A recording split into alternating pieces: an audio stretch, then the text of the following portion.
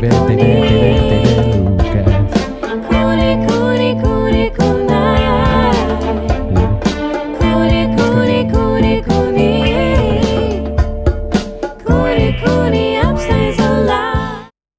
Welcome back to Raccoon Tweeties Live. Yeah. This is the Comedy Civil War. It's crazy that we're able to record during all these battles that are going on. The war is raging. Yeah. Shots are being fired left and right. No one is safe. None of our favorite comedians are safe right now. We don't know where we stand. Yeah. It's hard to know. Everything changes so quickly, Dallas. Dallas. Oh, Jesus Christ. What the fuck? That must have been Adam Ray saying another name, dude. David. Yeah. So, whatchamacallit, it's just been it's been a crazy time in comedy, a special time, some would say. And it just got me thinking. I'm thinking we need to talk about it. Actually, this is Gerardo's idea. He was thinking earlier. True. What's up, y'all? How's it going? How we doing? What's up, Seattle? Successful egg. Adam Ray brings the thunder in a blog bus away. You know what's funny, dude? What? I'm gonna be 100% honest with you. What? Do you know who's on what side? Who's on what side of the Comedy Civil War? You're right. No. You don't? I have an idea. Yes, I do. Like, give me your idea. Why are you fucking with me, dude? This is a fucking time of war. You're gonna lie to your friends? Well, Maron is on one side, right? And I guess Bill Burr is sort of on the similar side. I haven't heard Gaffigan weigh in, but I assume he's with them. Well, here, dude, you got to help me out here. Yeah. Maron's on one side, Joe Rogan's on the other side, right? Yes. Right. So they're the generals. And now this is a leading thing into my question now. What side is Adam Ray on? Adam Ray is on Joe Rogan's side. Wrong. Really? Adam Ray's a bitch, and he's not on anyone's side, dude. He's watching from the sidelines, trying to come up with new characters that suck. Yeah. He's saying pronouns on one side and then saying like free speech on the other. You know what I mean? Adam Ray's a bitch, dude. That's how we're starting this out. Okay. Yeah. Well, I mean, I've made my opinion clear on Adam Ray. I am not a fan. You know why I got to that conclusion? Why? Because, on the Patreon, I've kind of like been on Mark Maron's side and whatnot. And so I was listening to Mark Maron's show today, and he was like, I got a show tomorrow night with this person, that person, and Adam Ray. And I'm like, fuck this guy, dude. He's doing shows with Adam Ray. Both sides. Both sides. The store guys stick together, man. They love each other. All the store guys. Yeah. Jeff Dye. Everybody. When on the Patreon, we watch Jeff Dye. It's the craziest thing I've ever seen. He has a video on YouTube that he put out a month ago where he's talking about how he doesn't hate women. And to prove he doesn't hate women, he names off all the women that he thinks are funny. Yeah. And at one point, he forgets who one of the women is. Yeah. He's like, Donna? Vanessa Dawn? Vanessa. Oh, yeah. Great girl. Next. She's great. You don't know who she is. It was a ridiculous list. But anyways, that's another thing. Also, the Elephant Graveyard, we thank him. And we got part of the title for today's episode from him mocking David, what's his name? Oh, yes, David Lucas. David Lucas. David. And we both watched the Elephant Graveyard, and all of you should as well. In fact, if you haven't, turn off the stream and go watch it right now. I'll give you some time. No, come back in an hour. I mean, it's a great video. The last one was Comedy Jonestown, right? That's what it's called. And dude, I like all of the people that are giving their flowers now to him. Mark Maron mentioned him. We were just talking about Maron. Also, Jen Kirkman tweeted about how Elephant Graveyard, about a clip we're going to watch maybe, where he's on that stupid political show. But anyways, what I wanted to get to is there's this rumor, or I think Maron said that Elephant Graveyard, he reached out to him to get him on the show. Did you hear about this? Yeah. And what did Maron say? Oh, do you remember or did you hear what he said? No, what did he say? He said that Elephant Graveyard didn't respond. Well, yeah. Yes. That is hysterical to me because it is so funny to me that Elephant Graveyard responded to me, but not Mark Maron, about being on WTF. Right. How crazy is that? Elephant Graveyard talked with us. And in fact, Elephant Graveyard talked to me, and I didn't see that he messaged me. A few days went by because I don't check Instagram, and I was like, oh, fuck. shit. And I sent him back like, oh, I'm a huge fan. This is obvious. This is before Comedy Jonestown, but you know. Yeah, dude. What Cooney's trying to say is that he's making his own simulacrum, whatever it's called, and he wants you all to fall in line with it. If you don't message him, you're nothing. Yeah, that's true. This is our simulacrum.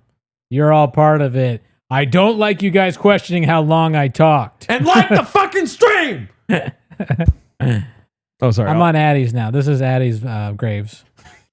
So I took a bunch of Adderall before this, and now here's what you get. Addie's Graves.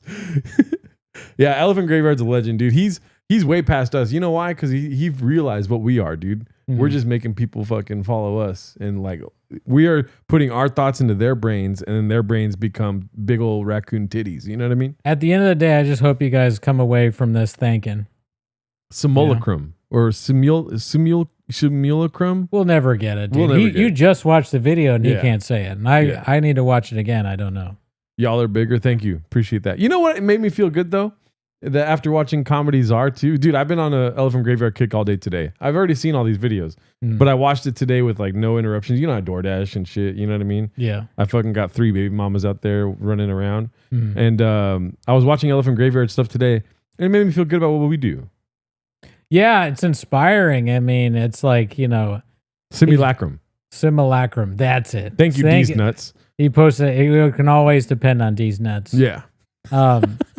It's like, it's something to shoot for. It's like a high bar. Yeah. You know, we're like, oh, look at that. We could do that. We could try and do that. That's not what I'm saying, but okay, you know, you could say that. That's what I'm saying. I'm saying it makes me feel good about what we're doing already, like what we've done. Oh, yeah. You were okay. Yeah, instead of being like, is this right? Is this wrong? No, dude, that's what they want you to think. You can't talk shit about anyone. You know? Right. Yeah, they make it seem like but you're we're a having bad fun. guy. We're having fun in the moment, and then when I leave here, I'm like, should I have done that? That's the part I don't like. Am I a bad guy because I said the truth? Because I had fun making fun of Joe Rogan? Yeah. I guess I shouldn't make fun of a very wealthy idiot. Yeah. Why not? Am I hurting him? Does he even know who I am? Probably not. Probably not. But if he does, hilarious. I'd love for, look, you know, all these people that maybe someday they'll come for me. Yeah. Haters. I got violence in my DNA. You think I'm kidding when I say that? I'm not. I'll fuck up Joe Rogan. I'll fuck up Brennan Schaub. I'll twist their goddamn necks off. Yeah. I am not leaving a room scathed, and anyone, I don't care, Jeff Dye. I'll kill you. I'll fuck you up, Joe Rogan. Yeah, dude. These people think I don't know they think that just because they know karate and jiu-jitsu and all that stuff, I have a twisty thing that's a DNA in my body that fucking is ready to go at all times. And I got Graves. Deal with that. Yeah, dude. Imagine losing to someone without a thyroid. Got a thyroid problem, y'all. Yeah, dude. I lost my train of thought because you were spitting facts right now. When you spit facts, sometimes the printer goes off the rails. You know what I mean? I was gonna print out some receipts and bring them to the table, but the fax machine took over. Yeah, dude. The war. How can you think during all of this conflict? But yeah, we're having fun. We're having fun talking shit about people. It's a fun thing to do. I agree. You think I mean any of this? I will fuck up Adam Ray if I see him. We mean some of it, but probably not all of it. The parts that get us, that could get people and get us in trouble or something, that we don't mean those. No, dude. We just mean the stuff that's fun that everyone enjoys. Do you have a gun? Thank you, Wizard Magic. But I don't know where to start here. Let me see if I'm gonna put some names in the chat as a poll, and that's where we'll start. Yeah. So we got to do a poll while you're doing that. Yeah. You're good. While you're doing the poll, I mean, I saw one comment. Oh yeah, Robbie Davis saying comedy Civil War is a shit. I agree, dude. I think that, like I've said before, this is very entertaining stuff. I like watching people fight with each other. I like when the comedians go on podcasts and accuse each other of things like stealing jokes or failure to pay your opener. I live for it. It's enjoyable to me. I don't know why that is, but I'm glad you all feel the same way. And I saw some clip with Kim Congdon where she said a comedian didn't pay her or something like that. I was like, hell yeah, I don't even give a shit about Kim Congdon, but that's hilarious. And then it ended up being Hannah Berner, who we watched on the Patreon, who stinks. Alrighty, so you see the choices. Don't say it out loud, but make your choice which one's going to win. Where do we start? Yes. Like, oh, don't say it, but just Yes. what I think is. I just want to see who. Sure. Who. I have a feeling I know. Okay. Ready? Yeah, go ahead. All right, start the poll. Who do you think's gonna? Oh no, wait. We probably should influence the votes. Hannah Gadsby. Okay, Hannah Gadsby. Imagine if Hannah Gadsby weighs in now. Dude, That's what we need. That's the whole world awaits sleeping giant. It is something I wanted to ask you after watching 95 hours of Elephant Graveyard. You know, it takes 6 months to do one of these. And I sleep a lot. In 6 months, I'm 95 hours awake. What's it called? Anyways, I'll cut that part out. But do you believe in free speech, dude? No. What? I'm sorry, dude. I should have said 8 inches. But yes, of course, I believe in free speech. Cooney just woke up, y'all. What's it called? But yeah, so that was my question. Mm-hmm. You know how they always use free speech as like a defense? It's like they're trying to take away our speech. Free speech, I believe in. It becomes tested and difficult when Jeff Dye starts talking, or Adam Ray, or I'm like, and then I go, no. You still believe in free speech. Mm-hmm. Some speech is dumb and feels like it shouldn't be protected, but it should. Jeff Dye should be able to get on stage and be like, and then I was waiting for the airplane, and then the bird quacked and it walked. The bird was yellow. Like he should be able to do his best joke, and that's okay. Yeah. The bird, man, everybody laugh. Actually, I only one laugh, but everyone laughed. Oh. Okay. They want more of that. Go on the Patreon. But yeah. All right, sorry. Well, so here's my other question now. Okay, so you know how everyone has a fear of getting on stage, a fear of speaking in front of others, right? Mm-hmm. Do you think that fear is like ancestral, where it comes from our past, or is that part of our third eye seeing the future, where if you bomb in comedy, we could beat the shit out of you after you get off stage, or if you're a bad comic, we could just beat the shit out of you? I think personally, you want to know my real opinion? 8 inches. No, my real opinion is that it probably comes from like the first part where people are cavemen, and one caveman one time was like, oh, blah, blah, blah. Not unlike Jeff Dye, but he's like, blah, blah, blah, blah. And then all the other cavemen were like, what?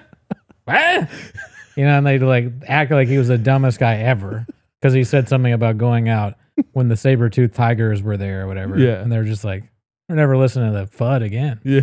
Or I'm calling him FUD. Okay. That was more of a bit on my part, but yeah, I think it comes from where you said it. You think so? Yeah, but I want in the future to be like, if you're a bad comic and you get off stage after saying that free speech is being taken from us, we could just beat the shit out of you. Violence. Yeah.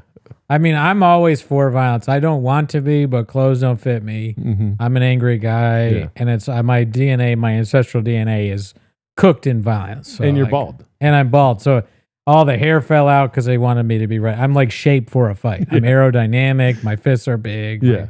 My feet are gigantic. You don't see that, but I have like size 30 feet. That's a great question, Trans Tim Kennedy. Did the cavemen have their own version of Shab? I can't imagine that there was like a dumb enough caveman to be like Shab.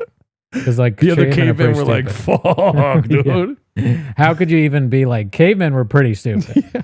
So like, I don't think there's enough, That is funny to be like the one guy that like back in the day before computers and internet and all that stuff, before like mass broadcasting, to be like the one guy that worked with the guy everyone knew was like really dumb. And then like 10 minutes a week, you went to a group of people and told them all the dumb shit that he did. You know, like how we kind of do here. Yeah. But like there's no microphones or anything. It's just like a town hall, you know? I would go to that. Yeah. I'd be in the front row. All what do you think a caveman comedian would be like? He'd just waving a stick around like, oh, like, and he'd probably do pretty good on Kill Tony. I think he'd just jack off on stage, and he would do really good on Kill Tony. Yeah, I think so. You're right. All right, I think we got enough time here. Which choice do you think they were going to make? I was thinking that they would do Legion of Skanks. Yeah, Legion of Skanks is the big one today. That's why I didn't put Tony Hinchcliffe. I knew they would choose Tony Hinchcliffe if I put that. That's why I put Legion of Skanks. But I do have something on Chris D'Elia. Let me give me some time to pull it up here. Do you want to keep going on this? Yeah, I honestly, I'm gonna be totally honest with you. This show's about honesty. I forgot to pick after you told me to pick. Oh my god! So I didn't really pick Legion of Skanks. But now that I look at it, you guys see what I'm working with here? Yeah, you're dealing with a lot. Everybody knows it. But people are afraid to say it because of the violence in my DNA. But now that I look at it again, I'm like, of course they picked Chris D'Elia. We talk constantly about D'Elia. Yeah. So really, dude, with like. It's not shocking. Yeah. Now that I think about it. Alrighty, so I have a timestamp for something that I wanted to show on here that I think is important to this. Because, listen, which channel am I on right now, dude? Elephant Graveyard. Damn right I am, dude. And I'm sorry for questioning you so much. No, I'm laughing at Cooney's middle name is Raja. All right, Cooney so equals Raja Jackson. okay, David. All right, so let's end that poll. And I think second place is Legion of Skanks. We'll go to that next. But let's spend some time on Chris D'Elia here, because there's a couple things Chris D'Elia has said in the last week. And then he said in the past, this is part of the how comedy was destroyed by an anti-reality doomsday cult video from Elephant Graveyard. One of my favorite parts of the whole thing. Yeah. Because I forgot, I didn't know Chris D'Elia said this about Joe Rogan's special. I forget what he said because I only watched this once. All right, here goes. When loyalty is everything, if you're a ruler who demands total and complete loyalty, you're going to create a circle of liars around yourself. Houston comedian Chris D'Elia tried to defend Joe's last special, but he really struggled to navigate that maze, trying to find that perfect take that's going to convincingly praise that comedy atrocity. Rogan special came out, and I'm happy about it. Oh, It's so crazy. Rogan's special came out and I'm happy about it. Yeah. That is a weird way to start. It sounds like you're not. Yeah. It sounds like the special's bad. And I want you to know I'm happy about it. Yeah. You don't say that about something that's good. Yeah. But am I though? Like, how does Chris sound when he's like speaking the truth? You know, is this truthful Chris when he's down here in this register? No, dude. It's when he's like, oh. Yeah, I don't even know if we'll ever know, really. Yeah. He's such a deceitful man. Mm-hmm. So, yeah. Shrimp Scampi. Let's see. See how, like, My bad. obviously obviously, I honestly haven't seen the reviews. I saw somebody saying it and they were like, this is a hacky, this is a hack. And it was straight up just not hacky. The one thing that they have is it's hack. Like super woke people even know what Hello? is a hack. These appeals that was the part about Chris D'Elia. We have another part about it over here.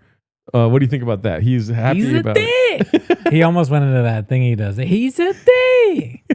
He's a hack. Chris D'Elia. Yeah. What's funny about that to me, and I just thought of this, is that aren't we supposed to get unfiltered real Chris D'Elia now? Right. He was canceled, and he's like, I'm going to say everything. I'm going to tell the industry how they fucking, the craft, but then at the end of the day, it's just that the craft services is bad. And now it's, they say Rogan's thing is bad, but let me tell you something. I'm happy about it, okay? Like, oh, wow, you went there. You're happy. Oh, it's not hack. What a way to defend your friend.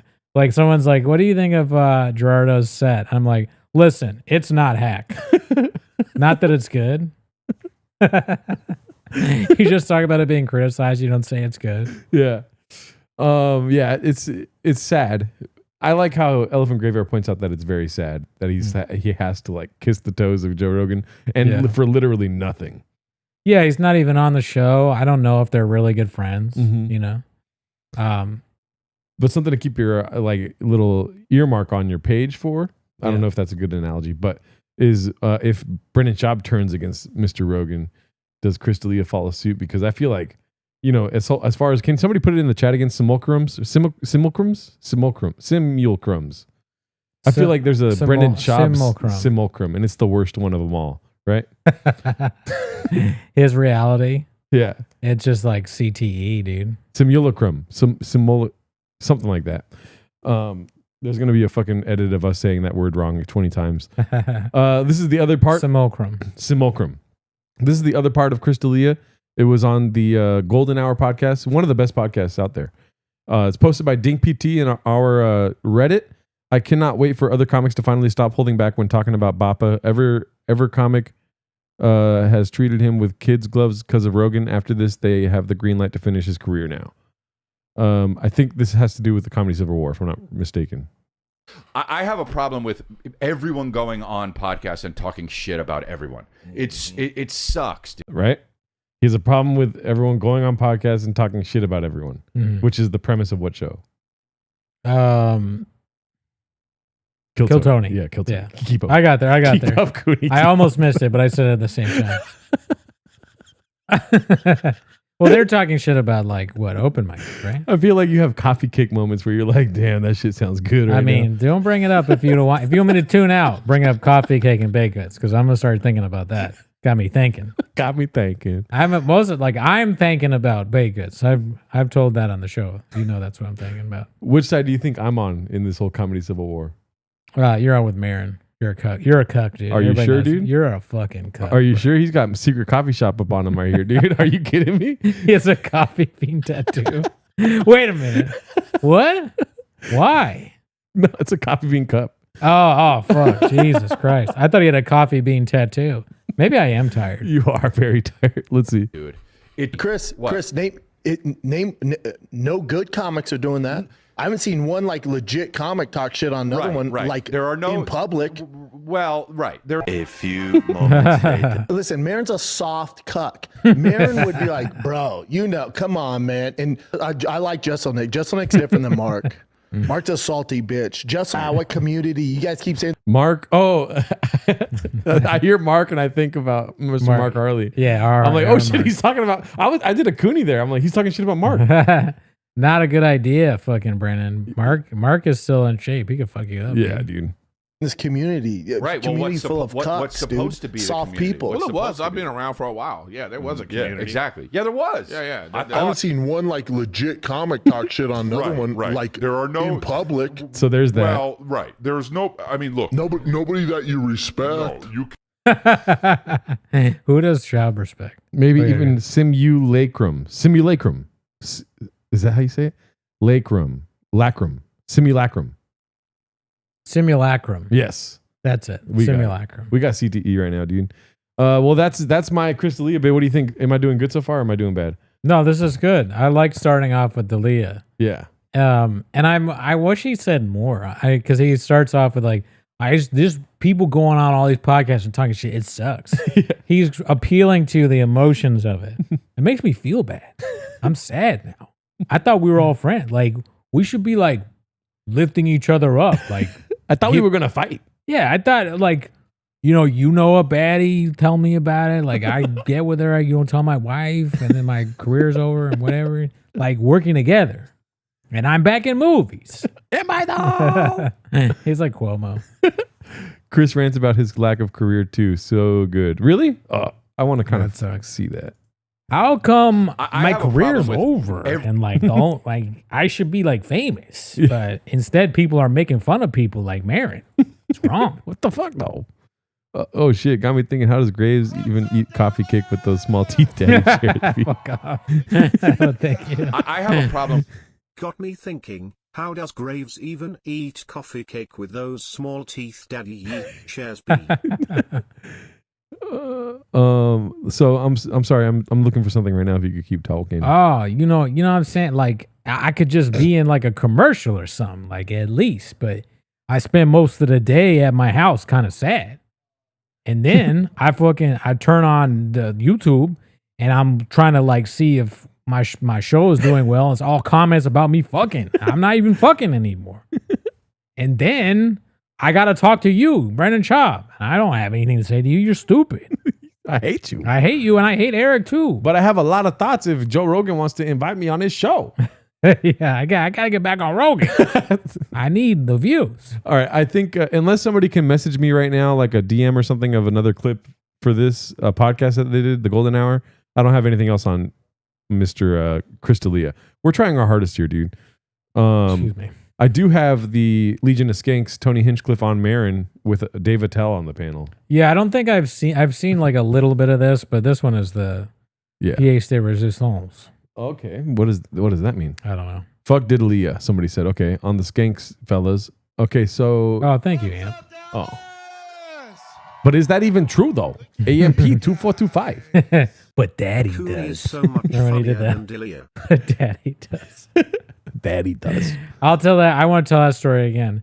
D'Elia, before he was going to go on to the show, he was pacing around the green room, and he was like, he goes, nobody believes in you. Nobody believes. He just kept saying it over and over again. And then but right before he goes on stage, he goes, "But Daddy does," and walked out on stage and crushed and killed. and killed it, murderer. All But right. Daddy does. Dallas is different. I would pull Allie to my truck and wag. Okay, let's see here. Tony Hinchcliffe addresses Mark Maron controversy. You haven't seen this, you said. You've seen some I've of it? only seen the part where he's like, he goes, "I don't listen to ranters," or "I don't listen to crazy people," or something like that. He says Yeah. something like that. Let's see. That's all.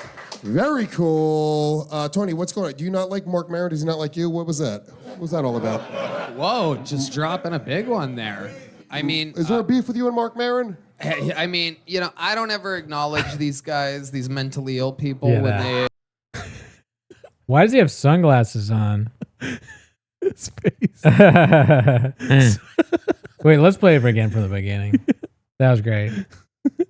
I mean, I don't ever acknowledge these guys, these mentally ill people, when they, go online and start talking about me and my friends and calling us Nazis. Yeah, or but whatever. Tony, you're funny enough. Why do you have to spit on trans people in the middle of your act every show? Is Mark Maron saying we're Nazis and stuff? Is that the thing? I don't think it's us. I don't think Mark knows we're friends with Tony. Sure, but I'm saying is he saying is people are Nazis? Jay wants to make it about him. Wait till he finds out you guys are at 900 episodes. He's going to do a new special. Yeah, exactly. He's not going to be happy about that. No. Sal Volcano. Do you see he's there? Is he a skank? He went from Impractical Jokers to the Legion of Skanks. He's a skank now.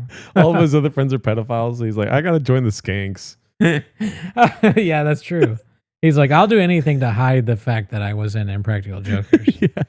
I think Sal Volcano should be on like every... Like, Cumtown should get together and he should be the fourth person on Cumtown. Yeah. We need a Raccoon Tweeties tier list of the Bopaverse. We've done that. Dude, it's crazy to call someone else mentally ill when you're the only person wearing sunglasses inside. Yeah. I think that's a bit much. Red Bar already covered this. You better give him props. I haven't seen that yet. I'm still catching up on the last episode of Red Bar. Yeah. What's it called? The Hungry Wolf sounds like Paul Lindy. Who's Paul Lind? I don't know who that is. Simulacrum is what it's called, right? I've heard the name Paul Lind. I know who that is, but I can't remember. Is that the guy that throws the confetti or something? I don't know. But yeah, it's a simulacrum. There we go. Got it. I'm killing it right now, dude. Yeah. It is funny to you know what I like the most about this clip, this 7-minute long clip, is watching them. I'm gonna mute you, praise G-Ray, because you keep putting all caps. I don't like that. Time out. 10 minutes. You can come back in 10 minutes and comply, dude. What's it called? What was he saying? Oh, in the 7-minute clip, it's like them begging to be like, what's it called? Like a part of this, like, what is it? The fucking controversy thing. Like, wait, what is? Whoever's talking, it's like them being like, I want to be a part of this too. Oh, yeah. You know? Yeah, they're part of the simulacrum. Well, not that, but like Right. a part of this beef with Maron. Oh. Like, Maron's stupid, right, Joe? I mean, Tony, you know, kind of thing. They get to Joe through Tony. Yeah. Yeah. Which is, yes, all part of this fucking cult. They're all trying to appease fucking Joe Rogan. Everybody at this table. Because when is Joe Rogan going to say anything? He's not going to say anything. There's a video that has 1.5 million views in 9 days about you and what you're doing to comedy. And you're not going to say anything, but all your homies are saying something? You know Yeah. They're like standing up for him, kind of, I guess. Mm-hmm. His lieutenants. They're the fucking infantry, dude. Yeah. And it is kind of funny that they all are just kind of sitting at this table. And even Big J Okerson, he knows what's going on, but he's like, is he calling us that? Like trying to rev himself up, you know? Like hoping that he is so he can have a reason to side with what he knows is trash. Yeah. So he said that about us, huh? He said that, right? I need a reason so bad so I can still get on Rogan. And then that psycho Luis Gomez, who cares about nothing, is like, no, actually, he didn't say that. He doesn't know we're friends with. Even him, though, none of them are being absolutely truthful. Yeah, they're all sort of like, well, you know, we don't want to fucking piss off Rogan. That's like the king. Yep. Like, it's almost like we've gone back to feudal times. You cannot anger the king. Sal O'Connell is dying inside. It's funny because he's the least funny of all of them, has probably the least amount of integrity, but he can't. He's like, I can't. He's like, when can I do my bit about mothballs? I hate having. I'm big. I have a lot of money. What am I doing? Dude, Sal Vulcano like licked his lips when fucking Chris D'Elia got canceled. He's like, oh, I could be the guy that talks about drunk chicks. Yeah. I don't know how he sounds. I picture him being Jewish. Is he Jewish? No. I don't think so, but I don't remember how he sounds either. We watch him on Patreon, but I don't remember his voice at all. Let's see. He's going to do a new special. Yeah, exactly. He's not going to be happy about that. No. So what's his beef with you? I mean, look, man, the couple guys out of LA that now, are at the Comedy Store that have talked shit when they have, their once every 3 or 4 years special that they do when they come out like a groundhog and do something that people might see. Ooh. Their new thing is like Suck on that, Pauly Shore. I read between the lines. I read between the lines. And Maron, Jeselnik, they all are on multiple episodes of Kill Tony. They've always smiled right to my face. Phonies. They all fancy enough, coincidentally, never leave a Vales when they know I'm going to LA. Wow. They're never around. Wait, are they? They're afraid of Tony because he also has violence in his DNA. Can you imagine? I mean, they're not afraid of you, dude. Nobody's afraid of you. No, you don't get it, Mr. Cooney. Yeah, explain to me. First of all, fuck you. Fuck you. Fuck. That's I'm speaking for fuck you. All right, the world's out to get him, dude. He's a hungry wolf, and you can't kill a hungry wolf with a silver dagger. You got to bring a golden bullet, and you got to fucking do a minute. You have a minute of stand-up. Yeah, that means so. Like the best minute of stand-up kills Tony. Like literally, he dies. He's like a villain that can be killed by good stand-up, and he's surviving because you watch a show. And maybe you're right, but you left out one thing. What was that? You are right that they are trying to get Tony.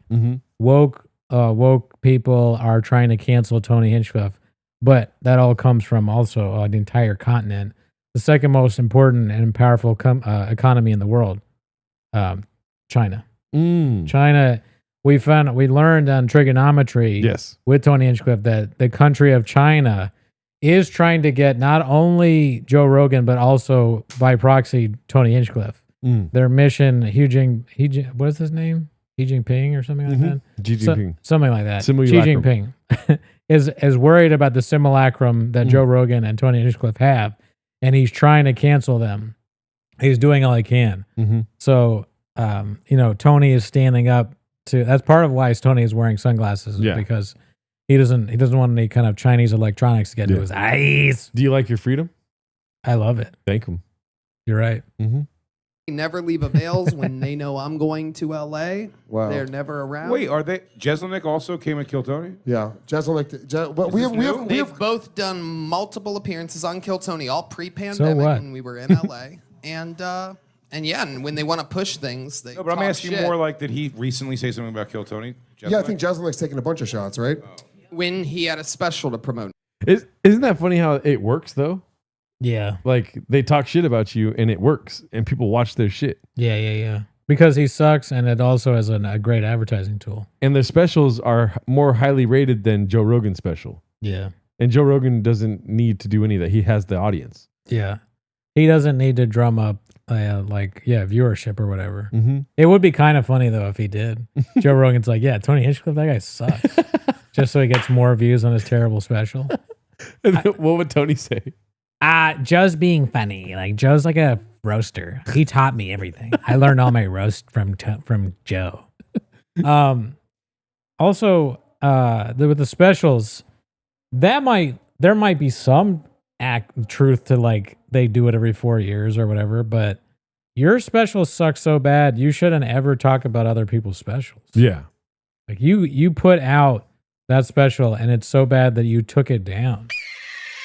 And then the thing you put on Twitter that you yourself called garbage was not good. Yeah. You're still making bad content. This isn't like Tony Hinchcliffe 13 years ago.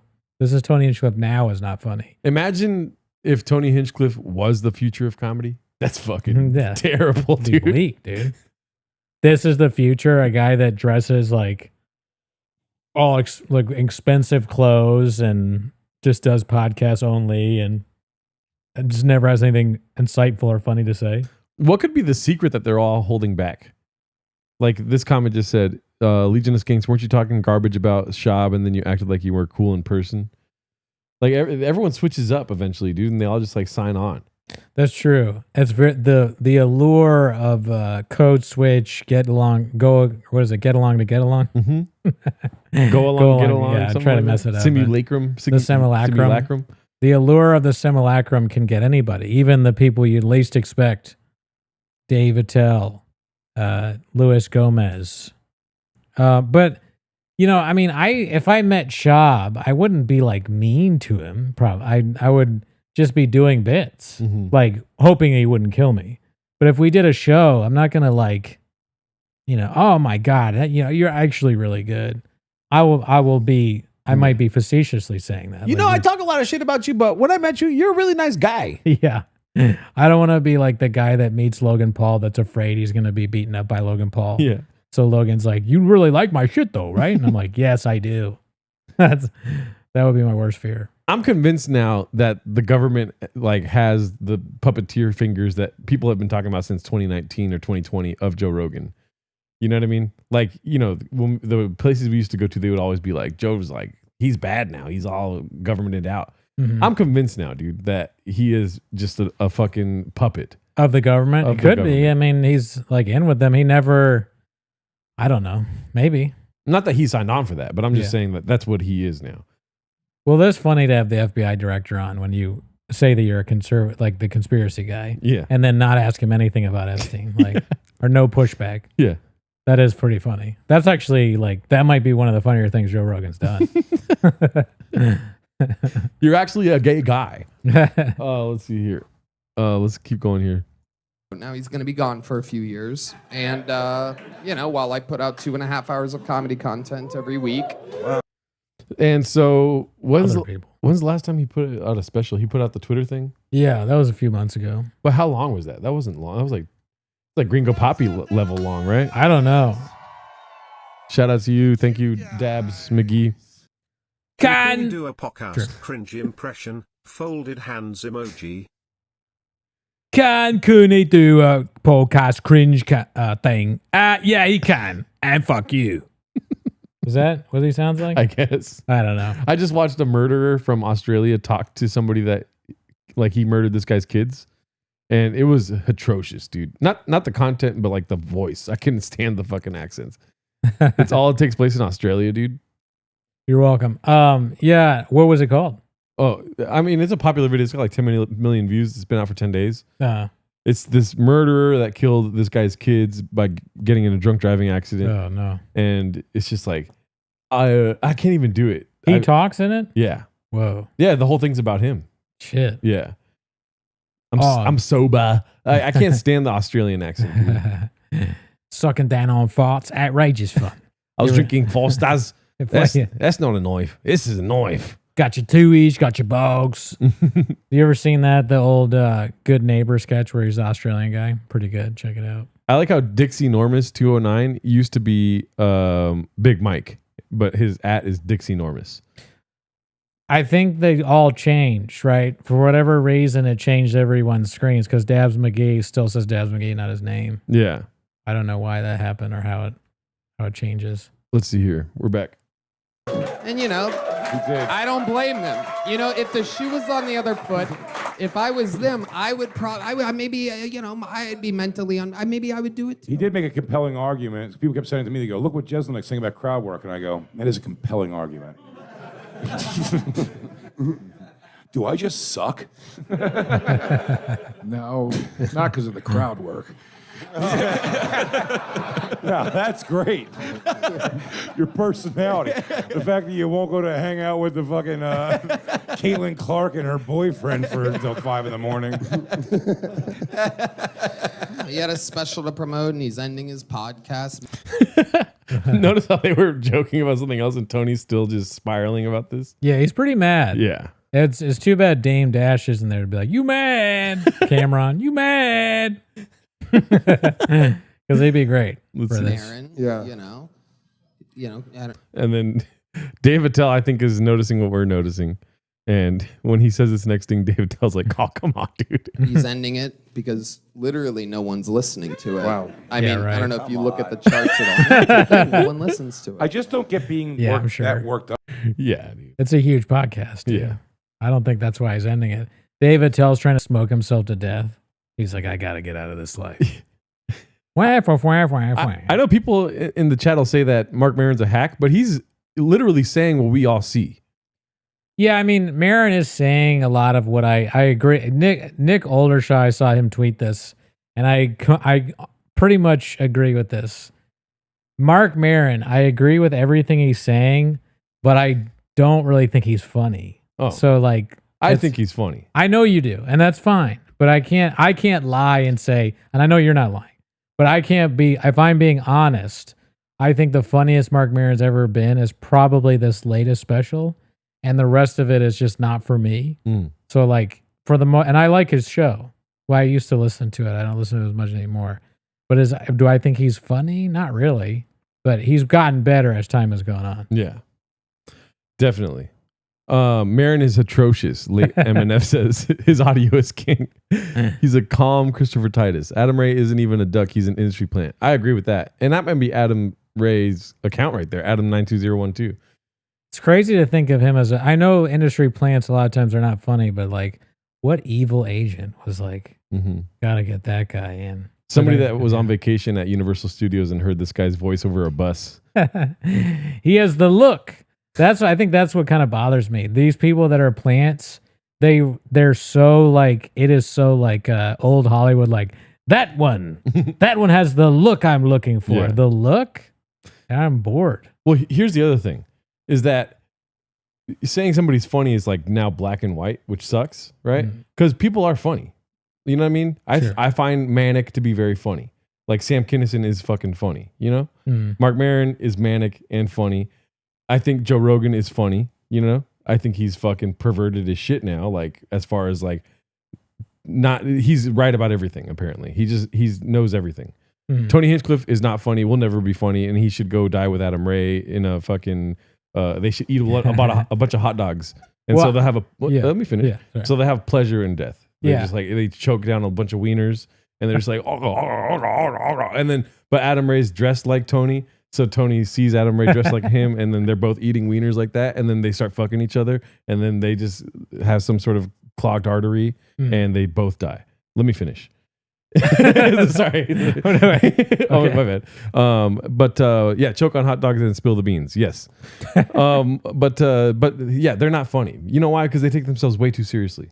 Like, when did comedy become like, this is important? It's not important, dude. You That's know, a good point. This is fucking fun. You know?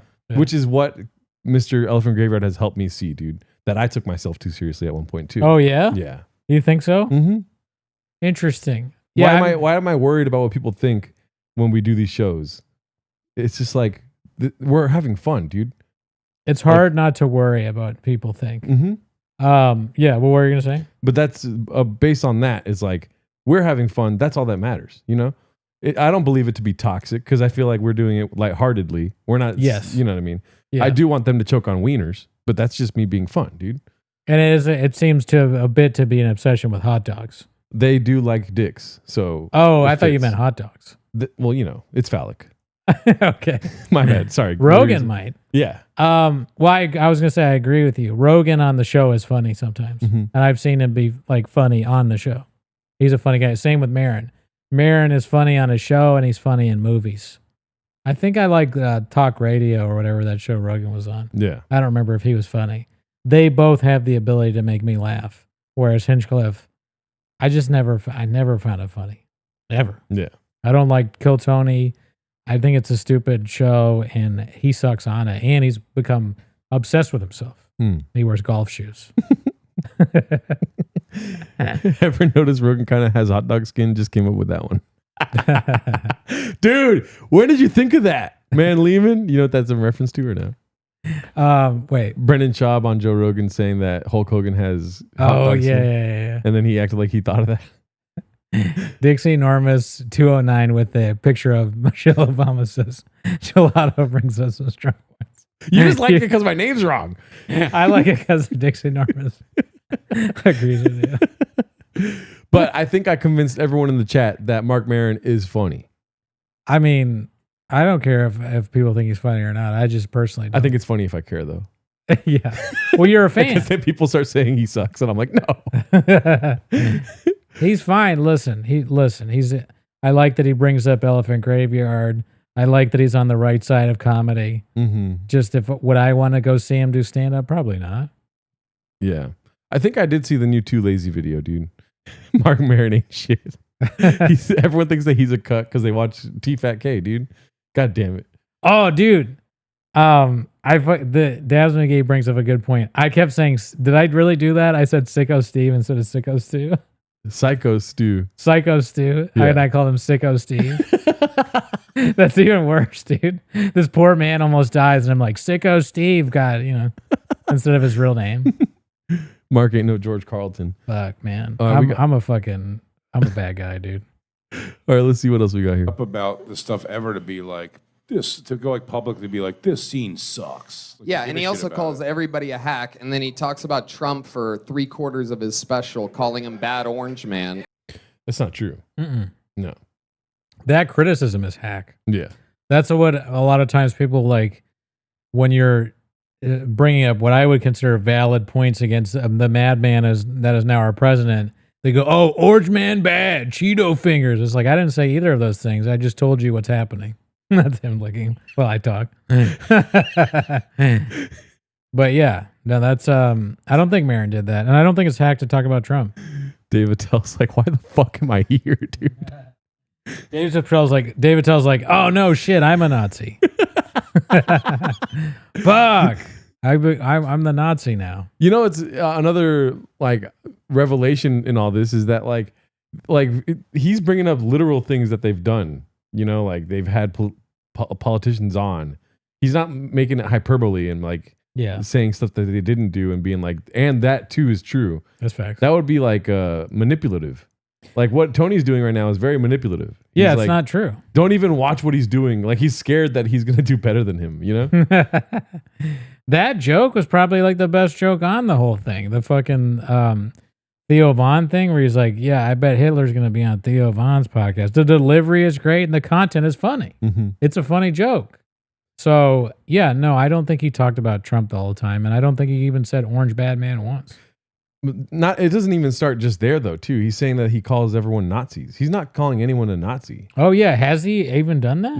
No. He talked about Hitler and Nazis a little bit on the podcast. Mm-hmm. I mean, on this special. But I don't think he was like, Legion. It would be kind of funny if Maron was like, these Legion Skank, they're all Nazis. He should go burnt earth or whatever the fuck. Scorched earth.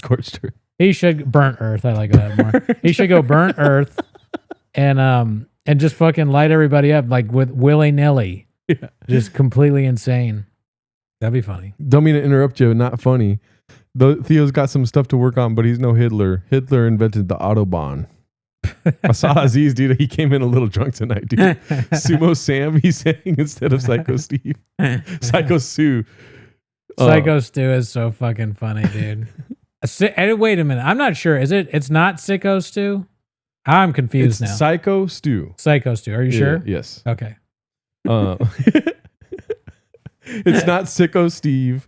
It's simulacrum stew. Fuck. Simulacrum. Simulacrum Steve.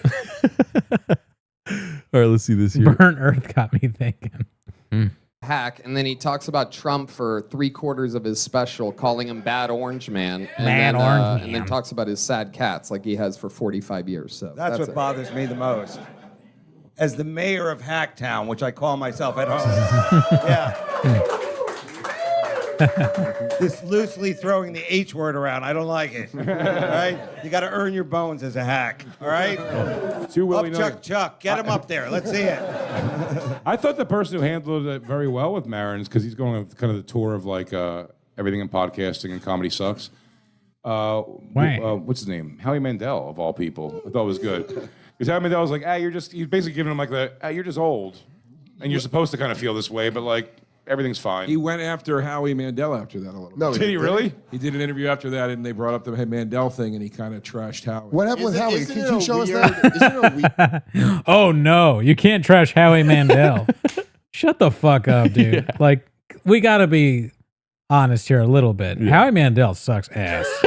Like, you can make fun of Howie Mandel. Like, that's just, come on. Have we lost our minds?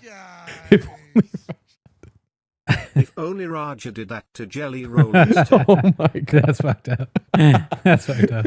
I mean, Howie Mandel is funny now because he makes fun of Brennan Schaub. We all enjoy that. But let's not act like he's like, beyond the pale to talk about Howie Mandel. That guy's stand-up sucks. That is bad. That's when you know you're in a simulacrum, whatever it's called, dude, when you're defending Howie Mandel. Yeah, what are you doing? You're like, are you defending Howie Mandel because he looks kind of like Rogan now? I won't be defending Howie Mandel. I hate to break it to you. That's just not going to be something I'll do. Sorry, guys. Can't do it. Next. Weird position to be in, to be like, listen, man, I'm terrified of microscopic germs, and you're being a bit much. Hey, I just think you're making more of this than it really is. I haven't shook a hand since St. Elsewhere season 1. My only problem. Wow, dude, I didn't think I would ever see this. Yeah. No. Bend the knee. You don't act like you know. Oh. This guy. You know how I do that voice on the Patreon, that laugh? Which one? Dude, it's this guy. He's doing it? Watch. St. Elsewhere season 1. Forced laughter. Trash. I love this than it really is. He's trying not to laugh right here. Shook a hand since St. Elsewhere season 1. Yeah, he loves St. Elsewhere. I don't know what the fuck that is. Oh, that was great. That guy. That's the best thing I've seen in this whole video. Oh, My I feel only bad. problem with it, and this is very sincere. My only problem with it is people can like what they like or hate what they hate. Sure. Comedy is fucking hard enough, man. And Austin is 95% struggling comics that are there to try to fulfill this insane thing that we're all trying to do. Fucking DeRosa's Carlton Banks not getting into a black sorority right now. But you know what I mean? Like guys going out and shitting on Austin and like and it's a scene. It's like it's fucking hard enough, man. You know? Shut up, Joe. You're not the mayor of Austin. You moved there 6 months ago. I listened. You own a house in Pennsylvania. I listened to you on Bennington give your dissertation on Austin. All right. Everyone is just trying, man, on this crazy little marble we're spinning on through space, trying to make people laugh for a living. Yeah, you're right. I suck. I thought he was going to say, like, and they're all struggling comics. I mean, they don't even know how to write a joke. So I finally found a town where I'm George Carlin. I mean, awesome. I blow them away every night. Every night I blow them You know what's funny, Joe? away. I said, I want to your defense, very much so. I said this to Tony in the back, actually, too. He's calling you guys and They cut that part out. Yeah. Joe Rogan Nazis, right? Is that what's happening? Yes, essentially? the 2 biggest most watched podcasts. Which yes. is such a fucking Crazy. hack What thing a at this point. coincidence. Crazy. Yeah, I mean, like the whole Nazi thing, like, I just kind of feel like that's such a 2016 thing to be calling comics. Yeah, To have dude. another comic doing it, it's fucking whack. You're 2000 and late with that. There you go. Today, You're so 2008. You're so 2000 late with we'd that Nazi. prefer to be called. Jay Ogerson's high as shit. Yeah. He took an edible before this shit. I wanted to talk shit about that, but it's just whatever, dude. Okay. Yeah, no, I mean 2000 late's fine, but he just seems very high. I think that guy Dave Smith is probably high too. Yeah. I'm not sure where the Carlton Banks joining a black sorority thing came from. Yeah. But he's been striking out hard, and this audience loves him. Yeah. So good for him for creating a a fan base. You're so 2000 and late, and it was so good. He said it twice, dude. The Fergie reference. Let's see. Hilarious Nazis. Thank you. That's fair. I'll take Nazi as long as you admit that we're pretty funny. If you go, Listen, guys, I think you're all hilarious, honestly. I don't get to go. That guy's hilarious. I mean, for a Nazi, you think I wouldn't laugh, but the guy tickles me. Also, Hitler was funny. Is that a fact? I don't know if he was funny. I will say this: his the actions. guy was a It is, fantastic. not that I know he's joking around, but it is kind of funny to be like, and the Nazis, they're calling us Nazis. It's so hack, dude. We're not fucking Nazis. Like, that's such a hack thing. Yeah. And then go, Hitler was pretty funny. It's like, well, you're not doing yourself any favors. Come on. The whole thing was that you don't want to be a Nazi. So you don't say Hitler's funny. Come on. He wasn't funny. He's a bad guy. I mean, it's just even defending it is like tired. If he wants to like take the defense that like that's hack to call us fucking Nazis. Yeah. He never did that. Yeah. He never said that these comedians are Nazis. Well, yeah, the simulacrum is Joe Rogan telling all these guys, look, it's us versus them. They're calling us Nazis. Mm-hmm. And then David tells like, they're calling me a Nazi? I don't think so. I'm the mayor of Hacktown. They're not the Nazis you think they are. And another thing is, don't you think that Hitler would have had a podcast if he was alive today? Probably, yeah. Probably. Yeah, no, definitely. And it would be huge in Germany. Yeah, and it would have been back in the day, yeah. Right. I mean, but like if he was, had influence as like he did back then today. Yeah. No, the podcast would be everyone would be fucking listening to it. Yeah, everyone would be listening. Kind of on the level of Joe Rogan's podcast. Mm-hmm. That's what I'm saying. Yeah. Keep going. And call him a Nazi. You're like, and he'd probably be talking about, Mark Maron. Mark Maron for why? Because he called him a Nazi. No, because of Mark Maron was born a. Oh, I thought that's what you meant. I thought that's what you meant. Audio is pure. Sorry if the stream was cutting out there for a second. Oh fuck! That was Damn, great. dude. That was great. That's fucked up. I don't know. They keep. I don't know if you want to finish that video, but the ending of that Legion of Skanks video is them just talking like Hitler jokes, which is kind of boring. Sure. Yeah. I mean, I'm enjoying it, but if that's what they're gonna do, then no, probably not. Hitler on the Nut Boys podcast. Adam Ray's next podcast character is definitely going to be Hitler. Oh man, Adam Ray shows up dressed like Heydrich, like some random awful Nazi. Yeah. My next character is Rudolf Hess. Real quick, I want to look something up. Yeah, I just want to see. I'll look at the chats. Adam Ray's. I just read that one. Hitler would have definitely hired you guys. What's up, Dallas? Come on, Eduardo. Why did you make me read that out loud? David. Yeah, I mean, I think that Hinchcliffe did himself no favors on that podcast. I don't think he won anybody over, but I'm glad he did it again because it just is more to talk about. Another shot fired in the comedy civil war, and it's good to hear from these people. And he's my favorite comedian. This is the shout out that Mark Maron gave. Oh, and this is whatchamacallit. What is that? The political podcast? Pod Save America. Pod Save America. Let's see here. I just watched a brilliant documentary this morning. I've watched all this guy's stuff. It's a guy, he calls himself. Wait, audio's king, dude. But Howie Mandel discovered denim vagina. Discovered denim anigav for us. Anigav. Yeah, no, that was really funny. But I'm not gonna we all know Adam. We all know Howie Mandel. Also, I saw your comment earlier, Adam. Tell Ellie I said hello. Also, David. Let's see here.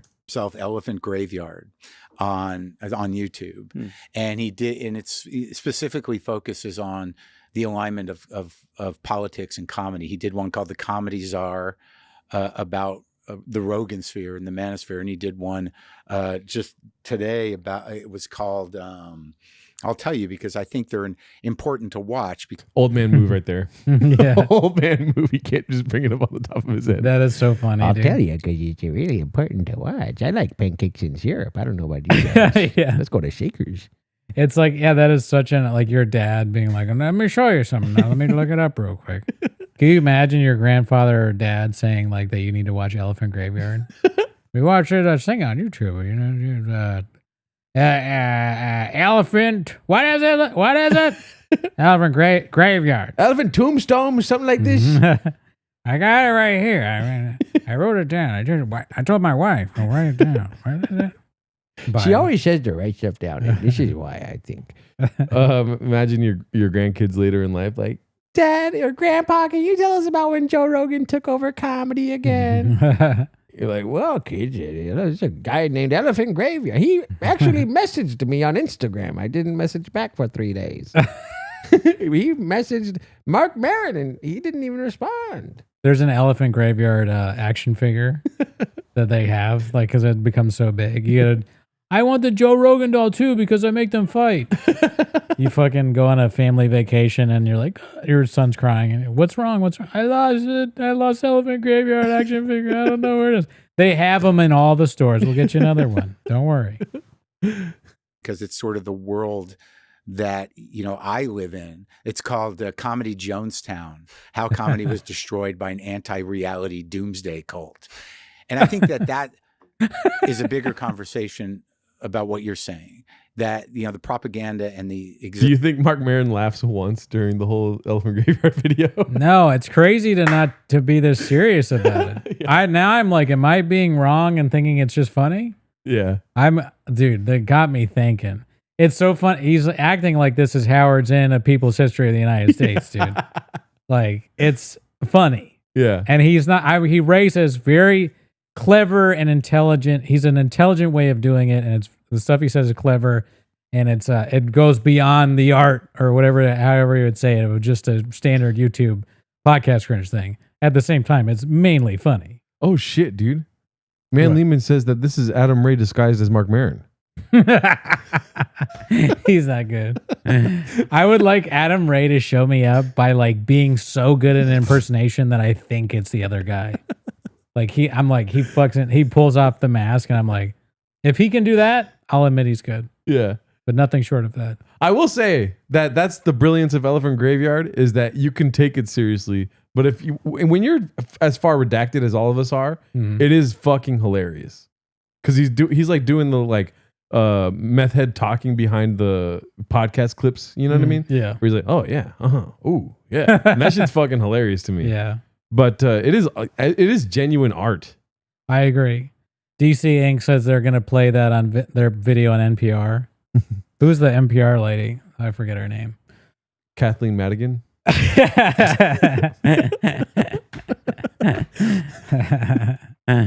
Who am I thinking of? Who cares? But A. Martinez and Steve Inskeep from Up Next are going to be like, in this video, Elephant Graveyard. Anyways. I will say, Asad Aziz's great point. Everyone's going to be running around thinking that Mark Maron was Superman when he's just Batman. You know what I'm saying? Yeah. Yep. Do you know what I'm referencing? Yeah. Okay, cool. It still worked though. It's funny, dude. It's really good. Asad Aziz, you're back, dude. I think the buzz wore off there because you were sending some weird comments. Let's see. I think that's it for this clip. Just him shouting out Elephant Graveyard. I don't know. He doesn't really mention Rogan that much more after that. He just talks about politics and comedy. Another thing too, everyone's saying that he took it seriously. Yeah. I hope he laughed when watching Elephant Graveyard stuff. But in this podcast, they actually address like code switching and like he'll ask his producer, like, did I start talking like a black guy when I was talking to that black guy? You know? And he goes, like, right now, I feel like we're doing the same thing. Like, he's on Pod Save America. He's kind of like becoming what Pod Save America is. Oh, yeah. So it is a serious political show. Yeah. You know? I mean, maybe that's why Elephant Graveyard doesn't want to do Maron, because he's worried he'll become like... Elephant Graveyard they need him now. Yeah, like, Mark Maron needs Elephant Graveyard. Yeah, I mean, his show, no one's listening to his show. Yeah. And he has to talk about him just to get people to watch his special. Don't even do that. Dude. They did. And also, Fresh Air with Terry Gross is going to have Elephant Graveyard on next week. I mean, the ending of the Comedy Jonestown makes it seem like Elephant Graveyard has reached like TM fucking level 100, dude. You know what I mean? I was looking at it last weekend when I at the hotel, and just kind of like, I don't know why, I was just looking at the fucking, maybe somebody brought it up, or maybe you texted me about it, I don't know. And I was just looking, I was like, damn, this has like 1 million views or whatever. And then I looked at the other videos and they also have 1 million. They all have that. But I think they probably got there, it took them longer to get there than this one. But yeah, no, a lot of people are taking this in and seeing an awakening. Yeah, they're dude. like realizing, they're thinking. And what is David Lucas doing, dude? I mean, he's fucked, I think. Because everybody knows that he sucks now. They should have known before. But he's like effectively became like Elephant Graveyard's play toy, which is what I love. Yeah. Like, I'm so happy David Lucas exists so that he's a reference point whenever Elephant Graveyard wants to use him. You know what? Yeah, no, I agree. One thing that bothers me about the Lucas thing is that there's a lot of people in comedy that are on the other side that are exactly the same as David Lucas, also not funny, but he's going to get hated on because he's on the right, you know, like he's with Joe Rogan and all that. Yeah. But there are plenty of people that are almost exactly the same as David Lucas. They even look like him and they are just as bad. I like everyone doing Mark Maron black voice right now, dude. It's so funny. Hey, twin, we locked in slime, dead homies. Got to scoop the bag up and cash out your debts before your enemies wake up. Maton's redacted David Lucas. Who are your amigos? Who are your guys, blood? Let's see. What else do we have here? I don't really have anything else, honestly. But that's been the comedy civil war. What else is there? I mean, you know what we saw yesterday by happenstance was Jeff Dye weighing in on this. And I could try to look that up now if you want to engage with the comments real quick. Sure. The Steven Crowder Elephant Graveyard episode rocks. I got to watch that on the way home. I got something on the drive. Thank you, Dabs McGee. David Lucas said he makes you thank. And he's fucking terrible at roasting. Yeah, his roasts are all the same. We had a whole thing. We stopped doing it, but we used to just be like, hey, Tony, you're gay. And then he'd be like, you're black, David. And that was what got them famous. All right, so this is another Legion of Skanks clip. It's looks like there's beef between Mark Maron and Jeff Dye. Do you want to watch the Howie Mandel clip? It's a 1 minute 40-second clip, or the Legion of Skanks clip. I guess we could do both if we need to. Yeah, porque no los dos. Let's do Mark Maron first here. Okay. Pause. There's been like controversy between you and other comics, right? Not too much. I mean, there was like recently. I don't find that that's true, but there was a guy that was talking shit about me for a while, and it was brought to my attention. I really didn't know who he was, and it was really his problem. But it's like, you know, he's publicly, you know, talking shit, and you know, and he recently got passed over the store, and I had to, you know, just say, you can be all right, or is what do we? Yeah, you know, I work here, so are you okay? Can I say his name? Or Jeff Dye. Jeff Dye. Yeah, I mean, and you know, you didn't even know who he was. I didn't. I really didn't. But it was like. Then I find out he's the last cowboy in LA. And boy, did I feel dumb. I was going to make another old man joke. Oh, yeah. Let me pull up and find out who he was. It's like you're the old man and your son's friend you've met like 30 times. Like, I don't know Jeff. Jeff was in my fucking house every fucking week. I never met him. Jeff was over at my house the other day and he broke the blender. That was you, Mark. Fuck Jeff. My cats don't like him. You know, when you talk shit, and we all do it to a certain degree, and that's another thing about podcasts and why it's saturated, is that, you know, you hear these stories now, all of a sudden, like, there are the clickbait world feeds on little tidbits of garbage. And, you know, after a certain point, people have been around a while, they'll just start throwing dead people under the bus. You know, like, you know, I was on set with Olivier once and he fucked a dog. And you're like, wait, what? And then all of a sudden that... Wait, fuck Jeff Dye. Was that true? Laurence Olivier fucked a dog? Dude, if Jeff Dye knows who Laurence Olivier is, I would die of shock. No chance. Jeff Dye does do that. That's a good roast there because that's his whole thing. He's like, he goes on podcasts. He's like, yeah, so I was on a TV show and like one of the women that was on the show was a bitch. She hates me, but I love her. Yeah. That was the whole Patreon episode is like, yeah, this is one of my favorite female comics. She doesn't like me because I am conservative, but I love her because I am awesome. Yeah. Anyways, next comic. That was a lot of the comedians though. It's never a good look to as a guy to be like, and here, no, I actually think women are funny. And I made a list of all the only women that are funny. Let's see. News. And it's like, you know, that culture of that is nothing but destructive.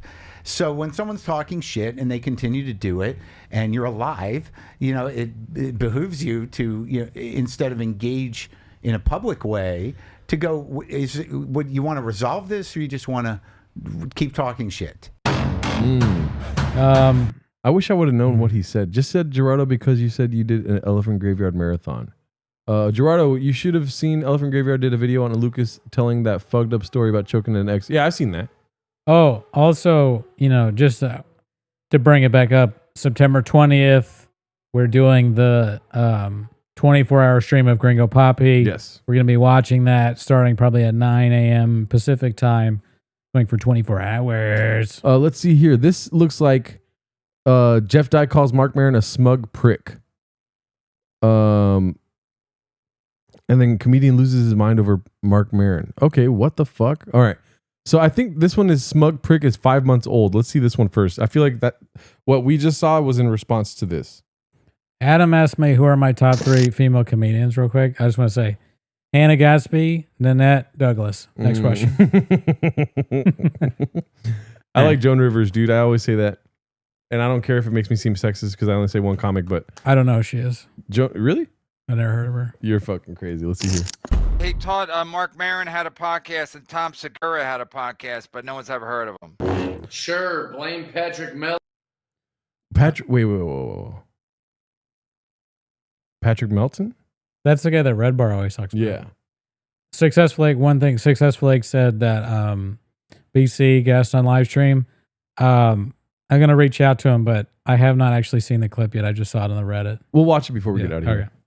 Melton for Mark Maron's shitty podcast. Whoa! Whoa! Wait, Mark. Yeah, I heard Mark Maron's. Chad says. Chad said, right? You said. Dude, this guy just his brain blew up as soon as Jeff Dye said that. What is possessing Jeff Dye to be this pompous? I don't know. He's on a success tour. He's doing every podcast. Said that, Chad, that Mark Maron's not doing as well because he doesn't use video. Yeah, he never adapted to video in this medium that we're in now. I mean, People want to see somebody. I want to see his pretty face. I mean, it seems a little, if you can't see it, you're like, again, if you can't see the guy, like, what the fuck? It seems too old fashioned. You got to be in your car, listen on the radio, or it just seems like if you can't find it on YouTube, what are we talking about? Have you done Maron's show? No, I'm not. I don't like him at all. I think he's a piece of shit. He's trite and laughable. Yeah, what is it? Has he ever done anything to you? You just don't like him. I don't have to be like, I see the way he acts and the way he talks and the way he's just like a smug prick. And then you nailed it, smug prick, and we have a working title, smug prick. That's what he is. He's a smug prick. I only got into podcasting because Lenny Marcus, my original co-host, was like, Mark Maron's popular. His podcast is doing well. I'm like, well, if he can do well, anybody can, because he's the most unlikable, smug prick anyone's ever met. That's a fact. Oh my god, dude. Also, like, he shit on me when I was an open micer. I literally was like an open micer who was having a good set, and then someone in California?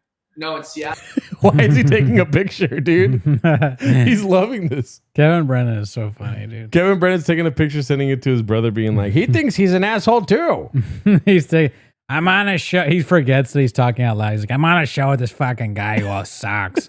We're making fun of Maron, but this guy's a fucking... He starts saying slurs. He says he's a fucking cowboy. Where I'm from, and it was at Giggles. You wouldn't believe what he's fucking wearing. Club. I'm no one. I'm just a shitty open micer, and he couldn't wait to just dunk on me. Like I was having a good set, and I was just for an open micer, and someone goes, "Oh, Jeff's doing good in there," and then Mark was like, "Yeah, he's really fearlessly attacking the mundane."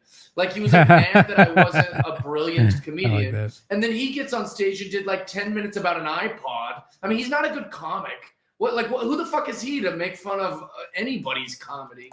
Wow. Best take ever on Mark Maron. Yeah, this is boring, but wow. Oh, Kevin is crazy. Jeff Dye, huh? And then let's see what he says on LOS, dude. Really so quick. Mark Maron's been doing a podcast tour right now. Oh yeah, Mark Maron's talking shit. Yeah, he's talking shit about a lot of people. A lot of people in the Rogan sphere. He doesn't like apparently. Just first of all, specifically Jeff. Wait, he said he didn't like Soder. When I met you, I didn't like you at all. I'm like, Jesus. Why? Everyone likes Dan Soder. Who doesn't like Dan Soder? The only knock on Dan Soder is that everyone likes him. He's too likable. He's a good guy. Yeah, pisses me off. Yeah. So yeah, he went on to a bunch of different podcasts. But did you have a specific beef with him? Who exactly is Mark Maron again? I don't know. There we go. That's the game he played with me. He had no idea who I was. Yeah. That's the guy with the great stamps.com bit, right? That's him. Same guy. That's supposed to get Laughing hard at his joke that bombs. That's rough. Ugh. That is rough. Yeah, that's Cooney's face whenever I tell him don't eat a coffee cake. He's like, who are your guys? You mean to tell me this guy loves women? That face right there, dude. I said chicken. This is ground beef. Hey, Jeff, women can vote. Yeah, let's see. I'm mad. No, it was nothing. He was just mean, and then I talked about it on a podcast, and then he was like, I don't know who that is. And then it got like blown out of proportion. And then everyone was like, oh, did Jeff Dye get in his feelings? Did he get his feelings hurt? I was like, yes, that was the whole point. Yeah. Yes, my feelings were hurt. I was So like, how was he mean to you? What did he Florentine doesn't laugh at all. His face doesn't change. He's looking at him like a New England dock worker. Looks at his next fucking shift. Yeah. Like, oh, fuck, I gotta work today. Ah, fuck, cigarette. I gotta listen to Jeff Dye again. Let's see. Mike and he was really rude to all of us. Okay. And I was trying to make the point that like. Now, how long ago was this? 2006 or something. Okay, so nearly 20 years ago. Yeah. But as a professional comedian now, if you ever go to an open mic, don't you almost kind of get it now? Oh, for sure. Don't you sort of want to be mean? So he understands. Yeah. So Jeff Dye gets where Mark Maron's coming from, but he still holds a grudge against him. Yeah, I mean, I believe that Jeff Dye does do that, but you could, if it were me, maybe I would just play this up to like get some views on this shit. Like I'd be like, yeah, I'm pissed. He was fucking mean to me. If you sucked as bad as Jeff Dye. I probably wouldn't. Yeah. Because if you were a good comic, like if you were John Mulaney and you had that as interaction with Mark Maron as a young comic, yeah, you wouldn't be going out and talking shit about him because you're so good. People talking about you already. You don't need clout. I would have if I was Mulaney, I'd have like a great bit about it. Yeah. You know, where I would do it in my special or something. Or I would be like a vindictive, like what's his face was, the guy that always wears the sunglasses. Tony Hinchcliffe.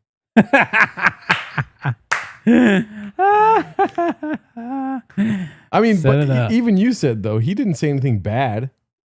Like he's filibustering on the mundane or whatever he said. That's funny. Yeah, what the fuck? If somebody said that about me, I don't think that would live in. I'm an alcoholic, dude, and I fucking hold on to shit like nothing. Yeah, I think I wouldn't. I don't think I would hold on to that forever. Let me ask you a question about that. 8 inches. So somebody said that to me. That's a pretty funny diss, Mhm. right?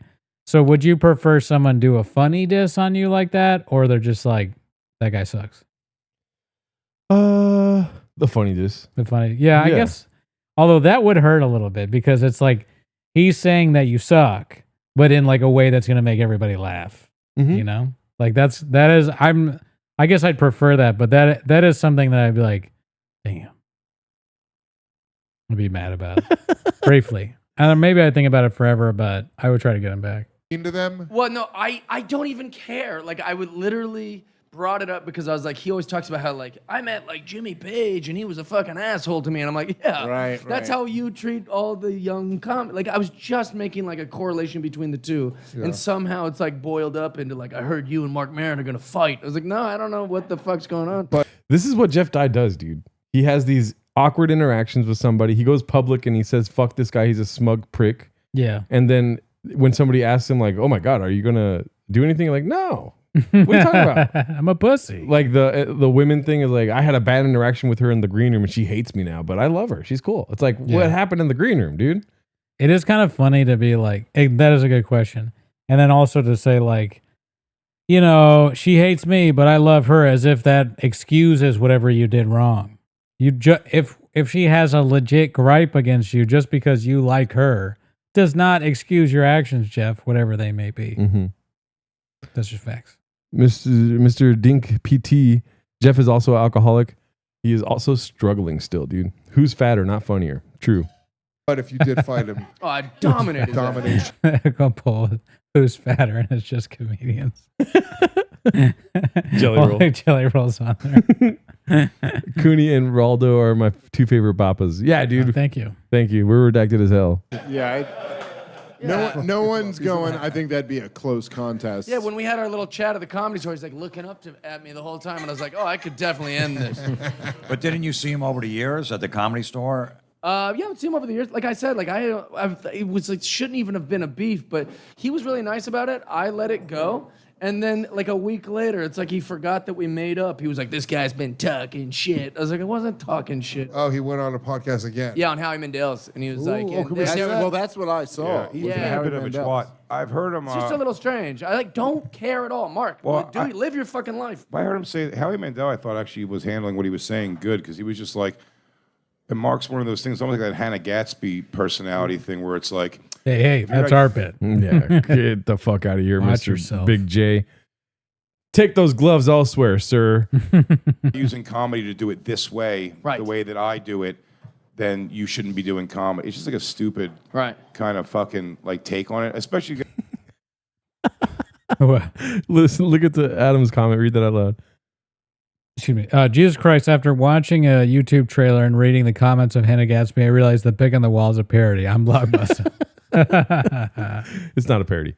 No. Again, like, not throw a dig. I think Mark's a great comic. Sure. But I mean, like, this, I've only seen the trailer for the HBO thing, and it's just like, I mean, I've even heard that, like, exact take he did. He's like, something about, like, if my brain, if I stop thinking for a minute, my brain goes, hey, want me to open the worry folder? It's a concept I've just heard 1,000 times. Right. So it's like, maybe he does something great with it. I'm not even arguing that, but it's like, he's just too vocal. To be vocal about other people's like shit like that, like the way they do it, I'm like, who gives a fuck? I also think I disagree. I don't think you have to be great to make fun of something that sucks. Mm-hmm. They kill. I They fucking feel like- kill. It doesn't matter. The audience is the only thing that matters. Unfortunately, I'm also the That's guy not even trying to make all the comics like get along, but like, there's these. That's not true. He's trying to make. Did he say he's trying to make other comics get along? He's trying to make all the comics get along. He's the peacemaker of the comedy Civil War. You're Jeff laughable Dye. and trite, good sir. Jeff, there's bullets flying. Jeff Dye's like, hey, wait. We all agree women aren't funny. Wait, whoa. She's a bitch, right, guys? Yeah, he's pointing at Tarantino. He's like, but she sucks. She's a whore. She's a bitch. Oh, wait, I mean, sorry, I like that one. That one. Wait, was she part of my list? Okay, never mind. She's kind of hot, too. She's a MILF. Let me quote one of her jokes really quick. Let me tell it, Sarah. God, Jesus Christ, they always want to talk, don't they? Show us your pussy. Why am I pointing? All the women. These things pop up where everyone's like, you were talking shit. I was like, no, Kevin Brennan was talking shit about you. And why would I defend your honor? You were rude to me. Dude, you called him a smug prick. You can't just put it on Kevin Brennan. Yeah, true. I agree. Also, Kevin Brennan, say what you will about him, but he's like funny. Like he was saying criticism of Maron in a funny way, in a Kevin Brennan way. You suck. You can't even be funny when you make fun of him. ASW can confirm Jeff Dye annoying in the green room. Yeah. That's a good ASW. You got to come on and tell your Jeff Dye story. That could be that's our version of Jeff Dye. Oh, thanks for the sub. He like really to my face. So I was just letting Kevin riff, and I'm not gonna go, hey, don't talk about Mark like that. Like that's not how things work. You're a dickhead to me. So I just let Kevin riff. Yeah. Oh, is that what he was upset about? Yeah, because Kevin said something about how his wife deserved to die or something. Jesus Christ. You know how Kevin is. Like he's a psycho. Yeah, Kevin is completely insane. You go on the podcast and people will tune in because maybe there's like a controversy or something like that, and they think they're gonna watch it, and then it's Kevin Brennan saying like, I killed my wife. like my wife is a bitch. And she's just a normal person. He's the problem. Bill Burr, when saying the same stuff about Austin Comics and Kill Tony, and they don't call out Bill. Don't you ever compare Jeff Dye to Bill Burr, dude. It's not the same. I mean, honestly, I do think that Jeff Dye is a little bit better at stand-up than Bill. It's like Bill Burr's analogy was so good. that like if he had the president on his show, he'd be like, "What's your favorite Super Bowl?" Yeah. And he's like, "I love that Super Bowl too." And then people are gonna vote for him. That's probably true. Yeah. He's not talking shit about anyone. He's just saying that's why he wouldn't do it. Yeah. You know what I mean? Yeah. I mean, I didn't see any. I had my fax meter go on. You know, when it was on, it didn't go off. Like it was on the whole time. I mean. All this comedy beef is distracting Jeff from the fact that women can vote.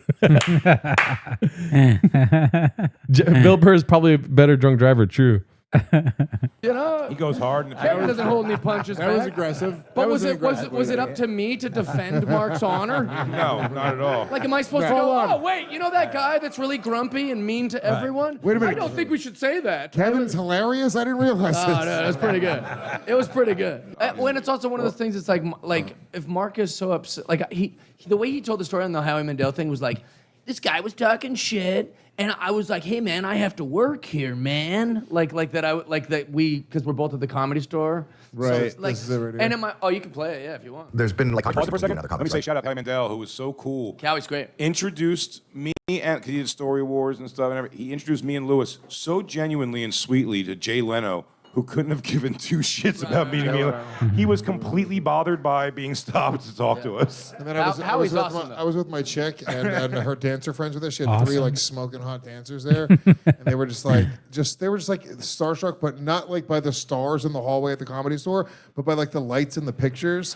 So like they were Howie Mandel with Jay Leno right there. At one point, Bobby Lee was sitting up against the wall, and one of my girlfriend's friends were looking at the picture. She was like, "Oh, that's Joe Rogan. That's really cool." And she goes, "Excuse me, can you?" And she moves Bobby Lee, and he like moves, and it's his picture behind his head. She goes, "Oh, Bobby Lee's here sometimes." Think back, right next to you. That wall was the closest to Saying Instagram Howie ever, you Mandel know? is like awesome is like saying like Gallagher is awesome, or any of those like people that you saw when you were a kid that were just absolutely hack. And then you go, they get older, and Howie Mandel's obviously gotten better, I guess, but I'm not gonna go out there like, man, I can't believe I met Howie Mandel today. Like, you're happy that you met Howie Mandel? Oh, not washing this hand. Yeah. It's just so fucking lame, dude. I'm not gonna get excited because I met Howie Mandel. I'm trying to think of a. I met Howie Mandel when I was 18, 19 years old. Mm-hmm. Yeah. He was an asshole. Change your life. No, dude. I opened the door for him because I was working at California Speedway. Oh, okay. I worked at the Speedway in Fontana. Yeah. And whatever. Long story, I ended up being a door guy for the Celebrity Suite. And Howie Mandel came to watch a race one weekend. And what did he do? Everyone had to know that he's a fucking germaphobe. I already didn't like the guy. I wanted to say something about Deal or No Deal, but I was a bitch. I didn't do anything. And then I just stood there, opened the door for him when he walked in, closed it, opened the door for him when he came out. Yeah. It's like being insanely excited. Dude, Ryan Seacrest. Oh my God. Like, he's introduced me to fucking Jay Leno. He's just such a nice way. Yeah. I don't give a fuck that I met Ryan Seacrest, dude. Yeah. Maybe I would. I'm just full of I shit. don't know. But yeah, I wasn't thrilled to meet Howie Mandel. I think it's ridiculous. I think it's ridiculous to make everyone conform to what you want to do. He's a germaphobe, but let's make sure everything's like nobody touches him. Don't look him in the eyes type shit. Mhm. I can't stand people that don't want to get looked in the eyes, dude. What's the one thing I want to do, dude? Look him in the Find eyes. them fucking eyes, dude. Yeah, I mean, germaphobe celebrities are kind of funny that everybody knows. I think Richard Lewis was like that too, because when Blue Shorts worked at the radio station, Blue Shorts handed Richard Lewis like a Fresca or something, and he was like, "You didn't touch this, did you?" He looked at Shorts first. Like, Shorts is the kind of person that would touch this. You didn't touch this at all, did you? One for them? Yeah. Give it to him. She's swiping on the pictures on the wall. Who else comes here? She's tapping him. She's just Bobby Lee? Is this not interactive? Dude, hot chicks tapping headshots at comedy clubs is hilarious. I like him. What else? Where's his bio? Meal or no Where's his meal. whole page. From doorman to DoorDash. Hell yeah, dude. That explains everyone commenting when he went to do Bappa Studio. LOL. Everyone knew pisses in the sink. That was a funny one too. 2003 Howie Mandel next. Fuck me. So, Jeff, this is after you guys made up at the Comedy It's Store. after we made up, yeah. Okay. So I think he's forgot or something, or just doesn't care. Yeah. But he made it sound like we work in a warehouse or something. Like, you know, I got to work here, man. You're like, yeah, I thought we could be buddies. You know, I'd be happy to be your friend. I have no problem with it. Play the video. I asked Anthony Jeselnik to do Story Wars out in L.A. and he was like, and I was like, hey man, it'd be good to see you. He's like, hey, good to hear from you. No. Yeah, that's great. I also want to preface this video, if we're going to show this video. All Howie asked was that you've had controversy with comedian or with other comics. Right. And Mark has somehow forgot that he's had controversies with a million comedians and immediately goes to, nah, just Jeff Dye. How's that possible? Wait, I mean, he had... WTF was started because he had such a terrible reputation. Showdowns with Louis C.K., Jon Stewart, Bill Burr. Why is my name coming up? Bill Burr? Fucking Gallagher. Talk about punching down. Like, this guy literally didn't even know my name till a month ago. I know. Dude, that is so funny. It's so funny that I've watched this. I never even thought of that angle on it, which is such a good point. Yo. That he literally, his point that he goes on to was about punching down. What you laughing at? You didn't hear that? A good point. Yo. That he literally, his point that he goes on to was. Why does he sound like he's in Wicked? If he didn't know my name, bitch. He's a bitch. I want his voice to crack Which is so bad. such a good point. Yo. That he literally, his point that he goes on to was about. Why is he crying like that? It sounds like a woman's coming. I mean, this is great. Jeff, you should be happy. Yeah. It's funny that, like, it could be funny, but his delivery is so bad. Yeah. It is kind of funny that of all the people, Mark Maron would bring up Jeff Dye. And then look at his stupid face. This is Cooney looking in on the donut shop. Come to Papa. And there's donuts inside. So he didn't know my name. Punching down, and they go, have you ever had beef with a comedian? He goes, the fingernails polish. If he didn't know my name, think of anyone except Jeff Dye. That's insane. That's insane. Dude, you had beef with Cosby. And you had beef with Rogan. everyone. And everyone. I mean, I made up the Cosby, but I think Rogan, Jon Stewart, Louis C.K., Jon Stewart, Gallagher, Louis, literally every comic. I'll tell you what, though. The only one that comes to mind is a guy I didn't know till a month ago. One of my favorite. It's insane. One of my favorite things ever, though, is Gallagher walking off the show and Maron's voice is going, Gallagher, Gallagher, come on, Gallagher, come back to my cat-infested garage, man. Gallagher, you fucker. No, whenever you did his Maron podcast. gave me several opportunities when I was young in comedy. He put me on. I did warm-ups for a VH1 show he hosted. Yeah, it was that rock show. That rock. Yeah. I was Never on mind that, the yeah. Buzzcocks, it was called. But when I did his podcast, he's like, "Hey, if I was a dick to you in the past, I'm sorry." He would say that to everybody because he didn't know who we fucked over. He had me on. But I'm the only guy he's ever had controversy with. Yeah, I heard your joke the first time. Stop it, please. Everyone here has been funny a few times, but you've never been funny. You've been really angry, Jeff Dye. I wish I was doing crank anchors right now because I would fucking roast you as a puppet. You're a fucking joke, Jeff. What's your name? They didn't know my name. I like Mark Maron a lot more than I like you, but don't touch me, Dye guy. He's touching him. Don't touch me, Dye guy. Feels like Big J is the only person here that has a good heart, not in the medical sense. I think that's quite very possible, yes. Mm-hmm. Submitted and apologized to him. I literally rolled over like a puppy, like, I just really liked you and wanted you to like me when I was young, and somehow I'm the fucking guy that he's targeting. Please play this. Yeah, play it, please. I don't like the simulacrum. Other comics, right? Not too much. I mean, there was like recently. I don't find that that's true, but there was a guy that was talking shit about me for a while, and it was brought to my attention. I really didn't know who he was, and it was really his problem. But it's like, he's publicly talking shit. And Publicly, Kevin Brennan's podcast. Listen, for the record, Kevin Brennan's podcast is barely public. Right. It is so on the line of private and public. Only me. Now hold on, by the way. Cut to Kevin Brennan watching this 2 days from now. Dave. Show me the W9, Dave. He goes, Dave, let me fight you, Dave. Only me and Chad Zumach heard it. I did. Man, dude. Jeff Dye kind of knows like the lingo of a comedy podcast, but he can't even deliver that, dude. Yeah. He tried a Chad Zumach zing That decreased your value, Jeff. That hurt me. Hijo de la chingada. Pico de gallo. Carne asada. Oh, huevos Chilean. rancheros. Chilean. His Chad Zumock reminded me of David. Yeah. Cut it right before they talked about Red Bar. Wow. Oh, really? Oh, yeah, there's a Red Bar clip in that, too. Yeah. I mean, I didn't cut it, but the clip did. Yeah. Illegally. Well, let's go to the Reddit. Since this is a pressing thing, we'll do this today, and then we'll do the rest of the Reddit in 2 weeks. Okay. But we do have a mention from Mr. BC that you haven't seen yet. The CEO. Oh, fuck, dude. What? I saw there's a me fat in the pool, but I guess we can. Oh, my God. We can do that right now, too. Post by Dong Folly. He's been gone for a second, Dong Folly. The hole in my head, too, from when I got the hole up. That is some good detail, dude. Cooney's POV, Cooney's Mexican. How to get wet when you're dry. God damn it. I think because you talked about how fat you were. Yeah, no, it's very good. All right. Son of a bitch. This one's posted by Mr.'s 12. This is not a drill bee. Looks like we have an RSVP from the BCEO of PF Chang's. Thank him. Please don't let the Graves take over and not DM him details. Let's see. All right. Saul's here from Louisville, straight off the gutter. That's my guy. Nobody goes to morningcombat.shop more than this guy. We need to just give him nothing but free merch from this point out.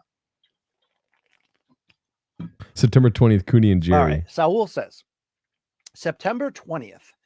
Cooney, are you talking about LA comedian Cooney from 10 Minutes of Shop?